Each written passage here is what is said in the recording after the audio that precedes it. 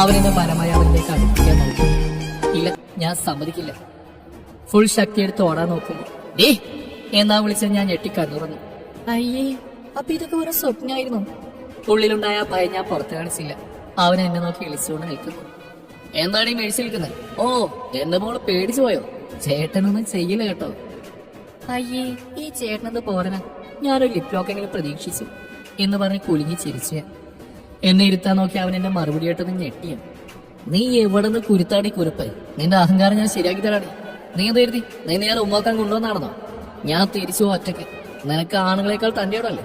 ഇന്ന് നീ ഇവിടെ ഒറ്റയ്ക്ക് നിൽക്ക്. Good bye. ചേട്ടൻ പോണേണോ? അതെ. ഒറ്റക്കോ? യെസ്. ഇവിടെ മൃഗങ്ങളൊക്കെ ഉണ്ടാവോ? നിന്നെ പോലത്തെ ജന്തുക്കളൊന്നും കാണില്ല. ഉണ്ടെങ്കിലും നിന്നെ കണ്ട് പേടിച്ച് ഓടിക്കോളും. ഞാനൊന്നും ഇടാതെ താഴെയിരുന്നു. തല കുരിച്ചിരിക്കുന്ന കണ്ടപ്പോൾ സിംബ തോന്നിക്കാണും. അതിപ്പോ മാറിക്കോളും. അവൻ ബൈക്കിനടുത്തേക്ക് പോയപ്പോൾ ഞാൻ പതുക്കെ